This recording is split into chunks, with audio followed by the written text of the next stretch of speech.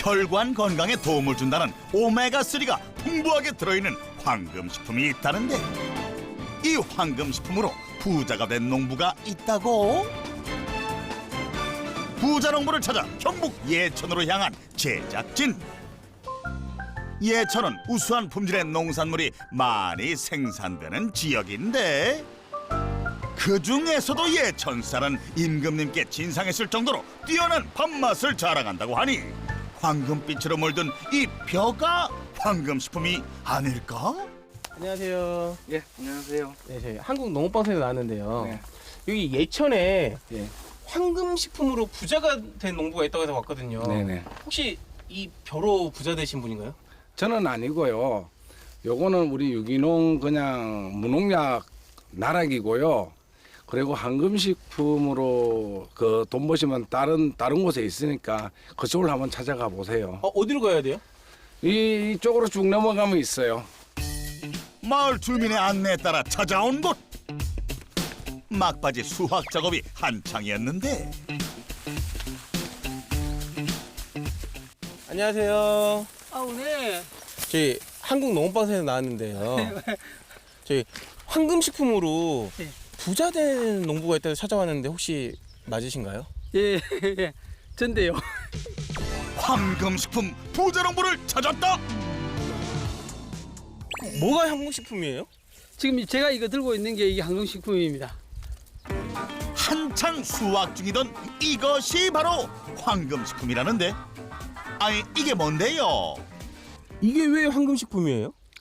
요 안에 황금같이 귀한 요 황금이 들어 있습니다. 예. 황금이 들어있어요? 예, 예. 우리 몸에 좋은 황금. 예. 한번 보여주세요. 예. 드디어 황금식품이 모습을 드러내는데 꼬투리 속에 들어있는 것은 작은 알갱이? 이게 왜 황금식품이에요? 요 안에 오메가3가 69% 함유되어 있습니다. 이게 뭔데 그렇게 많이 들어있어요? 여기 뜰개입니다. 황금식품의 정체는 바로 식물성 오메가3 지방산의 보고 들깨였던 것. 황금식품으로 수익이 어떻게 되세요? 제가 그 참깨랑 뜰깨랑 재배해갖고 한 연 매출 한 3억 5천 정도 지금 올리고 있습니다. 예. 예천에서 만난 오늘의 부자 농부 송재근 씨를 만나보자. 늦가을의 정취를 가득 머금은 들깨밭. 막바지 수확 작업을 앞두고 있다는데 부자 농부는 바로 작업을 시작하는 대신 들깨의 상태를 유심히 살펴보고 있었다. 이제 수확 시기가 돼 가지고 여기 연물이 다 됐나 확인하는 중입니다. 예. 뭘 보고 이거 확인해요? 요거는 꼬다리에서 요거 알을 뜯어 가지고 이렇게 보면은 요게 들깨가 연물 맺으면 요 속이 이렇게 차면 요 기름이 나옵니다. 잎이 노랗게 물들고 들깨를 감싸는 꼬투리가 검게 변색되면서 속이 연그러가기 시작한다는데 6월이 다 돼서 파종에 들어가는 작물이다 보니 수확 시기도 조금 늦은 편으로 늦가을까지 수확 작업이 계속된다고. 들깨는 수확이 10월 중순부터 해가지고 시작해가지고 11월 초까지 하는 것. 특히 예천은 참깨의 주산지로서 깨농사가 잘 되는 지역으로도 알려져 있는데 이 예천깨가 좋은 이유가 뭐예요? 예, 예천깨가 보시다시피 이 사질토로서 물 빠짐이 좋고 병수에 강하며 또 예천의 어떤 날씨 기후 자체가 깨하고 아주 일조량과 적당하게 맞습니다.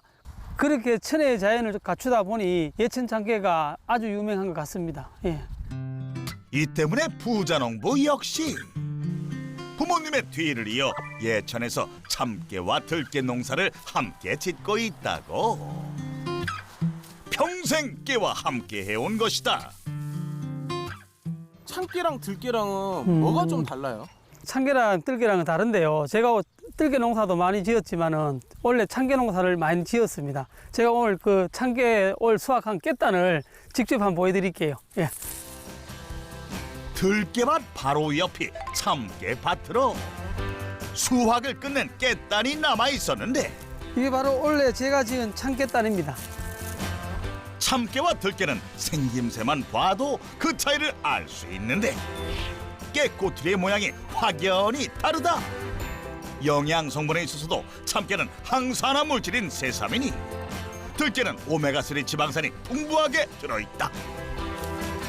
뿐만 아니라 수확 작업에 있어서도 참깨와 들깨의 특징이 달라 주의가 필요하다는데, 수확할 때 주의할 게 뭐 있어요? 수확할 때 주의할 점은 참깨는 여물이 되면은 얼어짐 현상이 많습니다. 그렇기 때문에 낫으로 비해도 곱게 뭐 이렇게 다른 이렇게 주의가 비해야 되고, 들깨 같은 경우에는 참깨와 달리 그래 얼어짐 이렇게 여물이 돼도 얼어짐 현상이 없습니다. 단지 낫으로 하기 때문에 낫을 이렇게 잘 이렇게 손을 다치지 않게끔 주의를 잘 해야 됩니다. 예.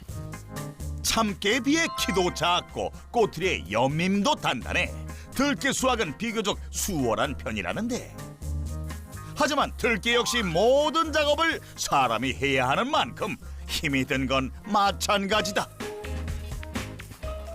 다른 농사들은 기계화가 되어 있어가지고 덜 힘든 것 같은데, 참깨 들깨는 아직까지 기계화가 많은 부분에서 아주 뒤처져 있기 때문에 저희들이 직접 수작업을 하면서 작업을 해야 되니까 그게 참 힘든 것 같아요.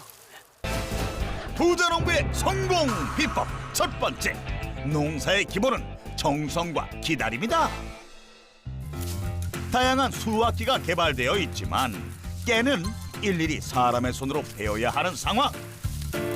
이 때문에 일손이 부족한 농촌에서 깨농사는 대표적으로 힘든 농사다. 뿐만 아니라 낯질 후에도 여러 단계의 수작업을 거쳐야 들깨를 만날 수 있다는데, 건조는 뭐 며칠 정도 해야 되는 거예요? 이거는 딱히 시간을 뭐 며칠 한다든가 이런 거는 정해지지 않았고요. 실질적으로 저희들이 이렇게 들깨를 찔 때 이렇게 파란 잎사귀가 이렇게 있으면은 이런 것들이 이렇게 꼬타리가 져가지고 얼어질 수 있을 때까지 건조를 합니다. 베어낸 깨단을 정성껏 엮어 완전히 말라 갈색으로 변할 때까지 기다려야 하는 건데, 문제는 잘 말리는 곳에서 작업이 끝나지 않는다는 것. 이번에는 말린 깨단을 한 곳으로 모으기 시작했다.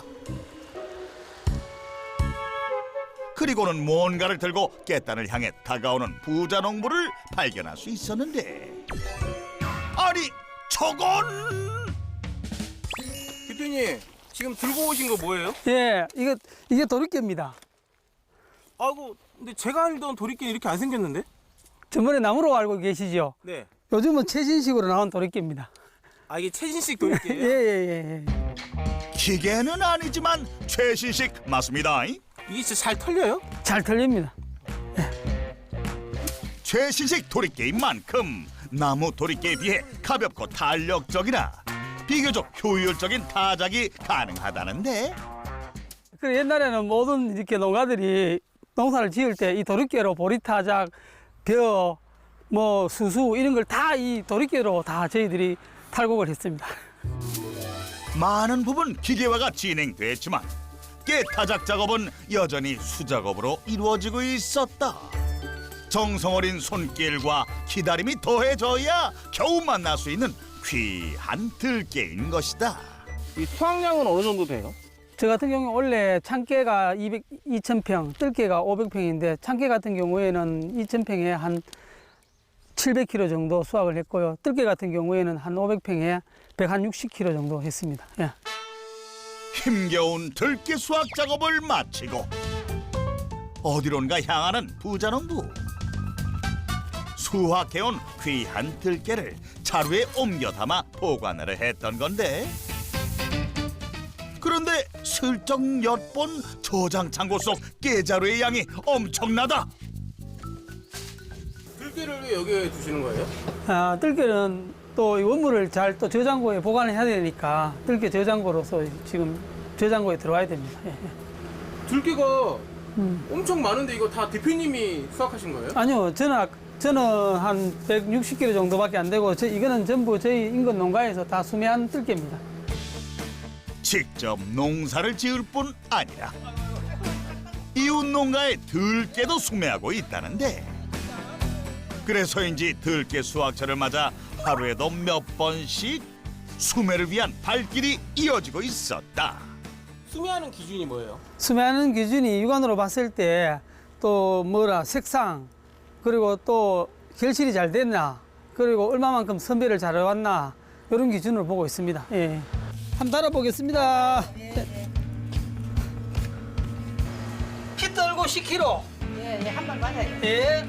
이웃 농가에 힘이 되고 있었던 건데 팔로는 시장도 있어요. 있지만은 요 공장에서 매년 저들은 이렇게 갖다 줘요. 그러면 뭐 가격도 제대로 나오고 모든 것이 편리하고 괜찮더라고요. 이렇게 수확하거나 수매한 들깨는 저장 창고에 보관하면서 1년 동안 사용하게 된다는데 여기 안에 있는 이 양이 어느 정도 되는 거예요? 약 한 5톤 정도 됩니다. 예. 왜 이렇게 많아요? 저희들이 이거를 가공해가지고 판매해야 되기 때문에. 예. 부자농부의 성공 비법 두 번째, 가공으로 경쟁력을 확보하라. 이곳이 바로 가공장이었던 건데 위생적이고 현대적인 시설에서 깨를 이용해 기름을 생산하고 있었던 것이다. 그중 들기름 생산을 위한 들깨 가공의 첫 단계는 깐깐한 세척 작업. 세척을 하는 이유는 농사를 짓는 과정에서 저희 원물을 받을 선별 과정을 다 거쳤지만은 또 미세먼지라든가 다른 불순물이라든가 완전히 100% 제거하기 위해서 깨끗하게 원물을 해서 착유하기 위해 가지고 세척을 합니다. 예. 기름의 맛과 향을 좌우하기에 완벽을 추구할 수밖에 없다는데 세척이 끝난 들깨는 곧장 볶음솥으로 향하게 된다. 그런데 이 과정을 함께하는 또 다른 두 사람. 이분들은 누구세요? 이분들도 저희 똑같은 공동 대표입니다. 공동 대표라고요? 세 분이나 다 대표님인 거예요? 아니고 저희들이 대표가 5분입니다. 예. 5명이요? 예. 5명이 되는 이유는 2분은 바깥에서 농사를 지으면서 저희들한테 원료를 공급해주고 여기 공장에서 이렇게 또 참여하는 또 이사가 3분이 이렇게 하고 5분입니다. 예. 농부로서 가공과 유통에 뛰어드는 것은 엄청난 용기를 필요로 한다는데 송재근 씨는 이웃 농가와 함께 이겨냈던 것이다. 여기서 어떤 일을 하고 계신 거예요? 저는 이 공장 내부에 맛있는 참기름을 들기름을 만들기 위해서 관리를 하고 있습니다. 저는 여기서 전반적인 행정 업무라든가 홍보, 마케팅, 인터넷 쇼핑몰 관리하고 있습니다. 농사를 안 지으세요? 전반적으로 농소는 많이 짓지는 않고요. 들깨 조금 하고 있습니다. 농부의 진심이 담긴 고향의 맛을 전하기 위해 노력하고 있다는데 질 좋은 원료부터 가공 노하우까지 함께 고민해 일궈온 것이라고. 공정 중에서 가장 중요한 공정이 따로 있나요? 제가 봤을 때는 다른 공정도 다 중요하지만 곡물 볶는 온도의 공정이 제일 중요하다고 생각합니다. 맛을 내는 데는. 이 온도에 따라서 기름이 많이 나기도 하고 적게 나기도 하고 맛도 더 짙을 수도 있고 더 약할 수도 있고 이렇기 때문에. 예. 그러면 이걸 몇 도로 이렇게 볶아야 돼요? 제가 그 온도를 말하면은 저희들 좀 망할 것 같은데요. 네네, 비밀은 지켜드려야지요. 오랜 시간 끊임없는 연구를 통해 지금의 들기름 맛을 내는 최적의 온도를 찾아냈다는데 사실 이 온도에 대한 연구는 지금까지도 계속되고 있다고. 이렇게 특별한 온도에서 잘 볶아진 들깨는 자동으로 다음 공정을 향해 옮겨진다. 대표님, 이 기계는 무슨 기계예요? 이거는 착유기입니다. 착유기. 이제 들깨를 볶아서 일로 열어서 기름을 짜는데 착유기. 볶음에 이어 착유가 시작되자 진한 들기름 향이 가공장을 가득 채우기 시작했는데 생산된 들기름의 빛깔에서 들깨가 황금식품인 이유를 확인할 수 있었다. 들기름이 지금 냄새가 제가 알던 들기름 냄새랑 좀 다르네요. PD님이 알고 계시는 거는 고온압착에서 착육이 된 들기름이라고 생각하고요. 저희들은 저온압착으로 해서 양은 적게 나오지만은 맛과 향을 최대한 살리는 들기름입니다. 200도씨 이하에서 볶아 저온 착유를 하기 때문에 들깨가 가진 고유의 황금빛과 영양이 고스란히 담겨 있는 것인데 고소한 풍미는 고온에서 짙어지는 만큼 부자농부의 들기름 맛이 궁금해진다. 저희들 들기름 한번 드셔보세요. 냄새가 엄청 고소한데? 향만큼 맛도 진할까? 이게 기름같이 가고 이게 뭐라 하지? 약간 시럽처럼 약간 부드러운데 이게? 그러니까 먹기가 좋다네. TX에 음식 박람회 무슨 뭐 OX에 이리 갔을 때 시식회를 쫙 가잖아요. 들기름만큼 하는 최고라거든요. 부자농부의 이러한 자신감에는 다 이유가 있다는데 맛과 향뿐만 아니라 다른 부분에서도 인정받고 있기 때문이라고. 이제 지금 뭐 하시는 거예요? 저희가 기름을 주기적으로 검사를 해야 되는데요. 그래서 기름을 샘플링을 하고 있어요, 지금. 부자농부의 성공 비법 세 번째, 지속적인 품질 관리로 신뢰를 확보하라. 부자농부의 들기름은 부드러운 맛과 고소한 풍미 외에도 믿고 먹을 수 있는 건강한 기름으로 더 잘 알려져 있다는데 기름 검사를 왜 해요? 아주 중요한 건데요. 그거는 벤조필이라는 발암 물질이 나오는데 고온에서 볶으면은 참기름은 주기적으로 이제 생산을 하게 되면 한 달에 한 번, 들기름은 2달에 한 번 반드시 그 벤조피렌이 나오느냐 안 나오느냐를 검사를 해야 된답니다. 저온 착유를 통해 벤조피렌 발생 원인 자체를 차단하고 매달 진행되는 검사도 충실히 받고 있는 건데 해썹 인증도 받아 고객의 신뢰를 확보하고 있었다.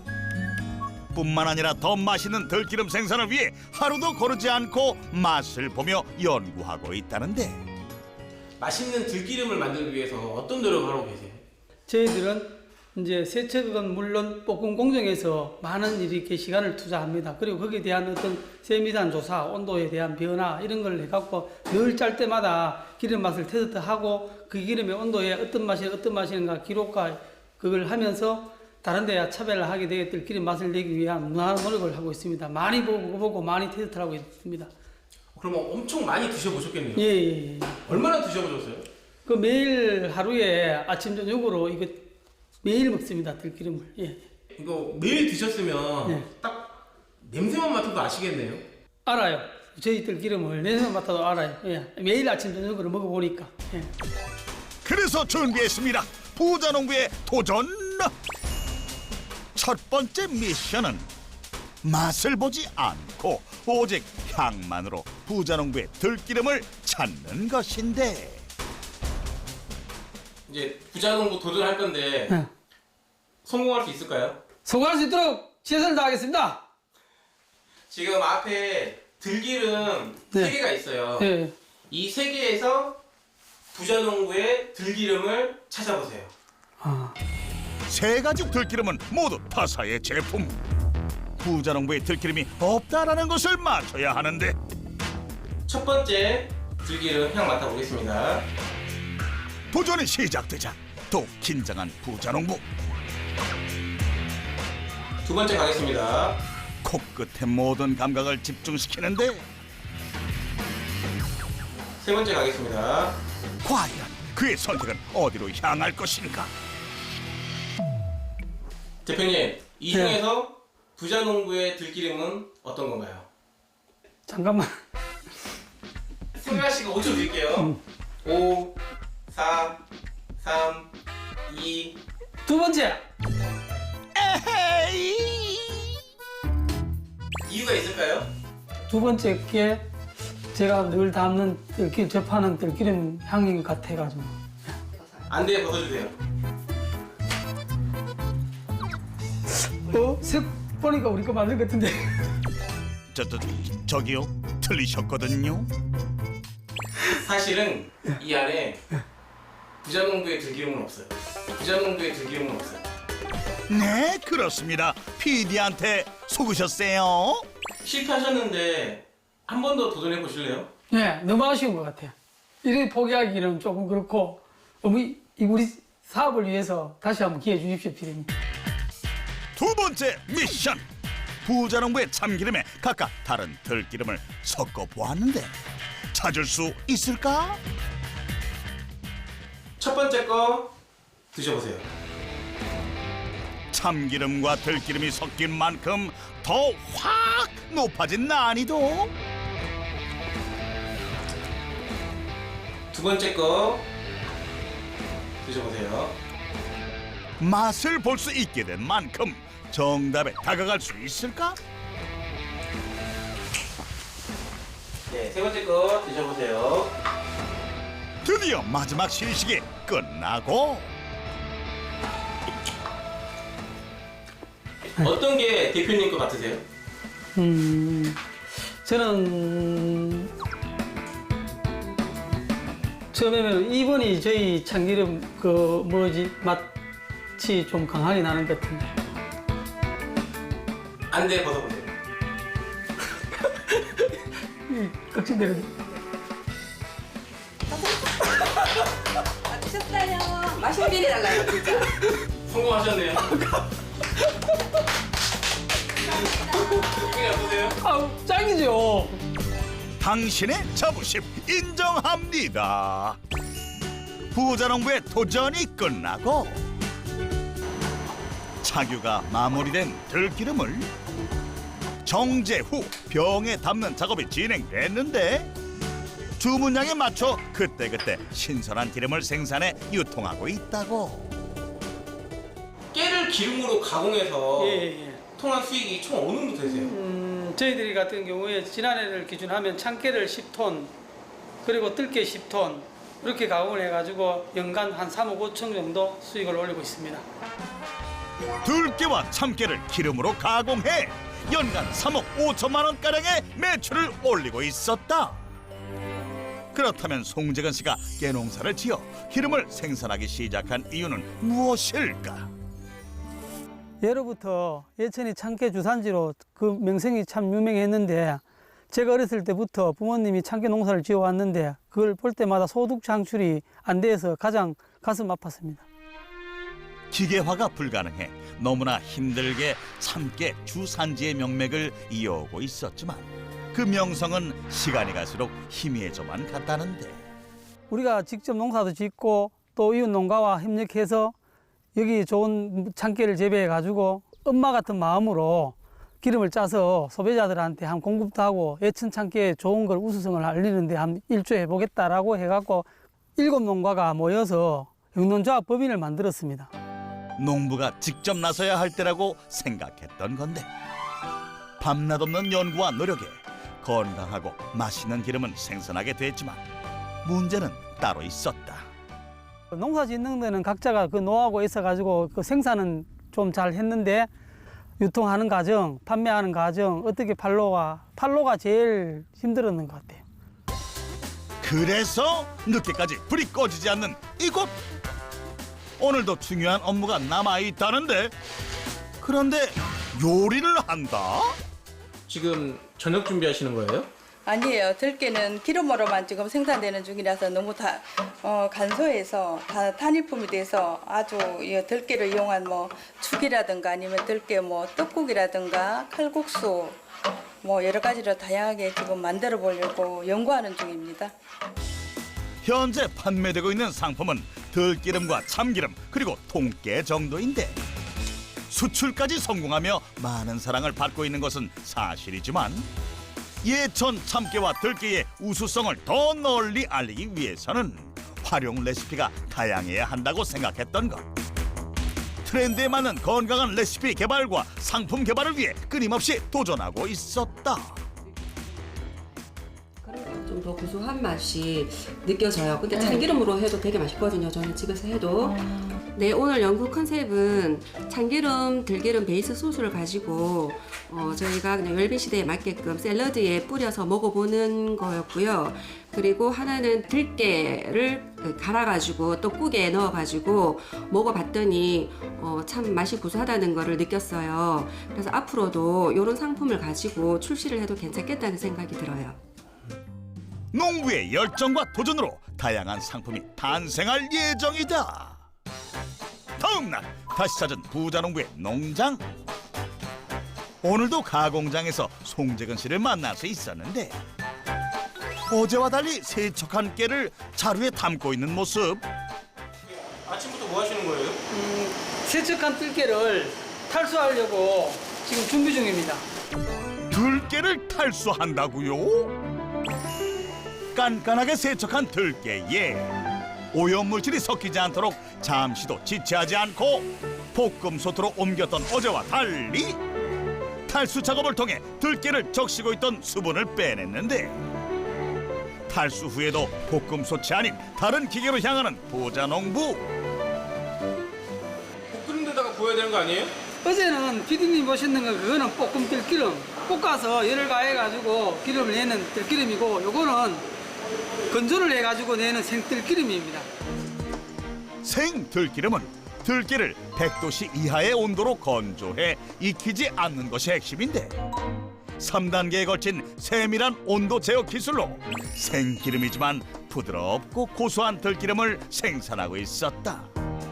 생들기름에 대한 관심이 커지고 있는 트렌드에 발맞춰 나가고 있는 것이다. 부자 농부는 양심이라고 생각합니다. 저희들이 재배하는 참깨, 들깨가 이 소비자 여러분들한테 드시게 해야 되고 그걸 먹고 건강하게 돼야 되기 때문에 조금이란 양심을 가지지 않고 나쁘게 생각한다라면은 절대로 되지 않을 것 같고 양심을 제대로 지켜야 진정한 부자라고 생각합니다. 송재근 부자농부의 성공 비법. 첫 번째, 농사의 기본은 정성과 기다림이다. 두 번째, 가공으로 경쟁력을 확보하라. 세 번째, 지속적인 품질 관리로 신뢰를 확보하라. 직접 생산한 깨를 가공 판매해 연매출 3억 5천만 원을 달성한 송재근 부자농부의 성공 비법 확인 완료. 우리 농산물의 가치와 전통의 맛을 지키고 세계로 뻗어나가고 있는 송재근 부자농부. 그의 희망찬 도전을 역전의 부자농부가 응원합니다.